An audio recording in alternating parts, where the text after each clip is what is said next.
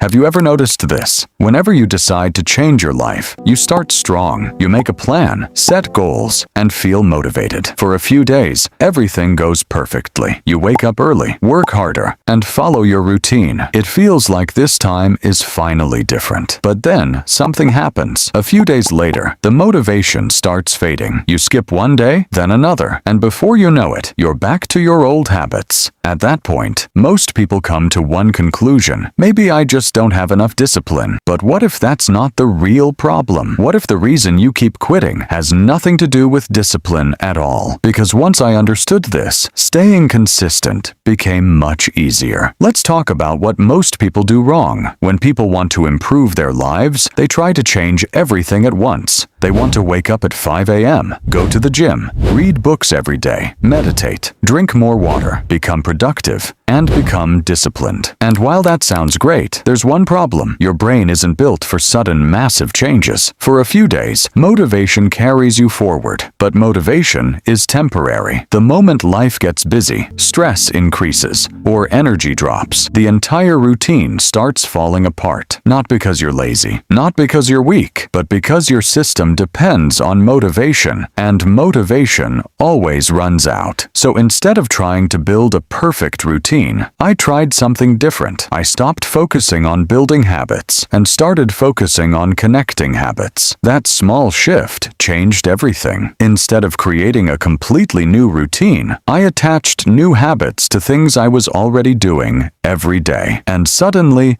consistency became easier. Not because I became more disciplined, but because I made the process simpler. This works because of how your brain operates. Your brain loves patterns. It loves repetition. The more familiar something feels, the less energy it takes to do. Think about brushing your teeth. You don't need motivation to do it. You don't need reminders. You do it automatically because it's already part of your routine. Now imagine attaching a tiny habit to that routine. After brushing your teeth, do 10 push-ups. After drinking your morning coffee, read 1 page. After finishing work, write a few lines in a journal. The existing habit acts like a trigger, and the new habit starts becoming automatic too. That's why habit stacking works so well. You're not starting from zero. You're borrowing momentum from a habit that's already built into your life. And that's much easier than forcing yourself to remember something completely new every day. Now the question is, how do you start? The answer is simple. Pick one habit you want to build. Just one, not 5.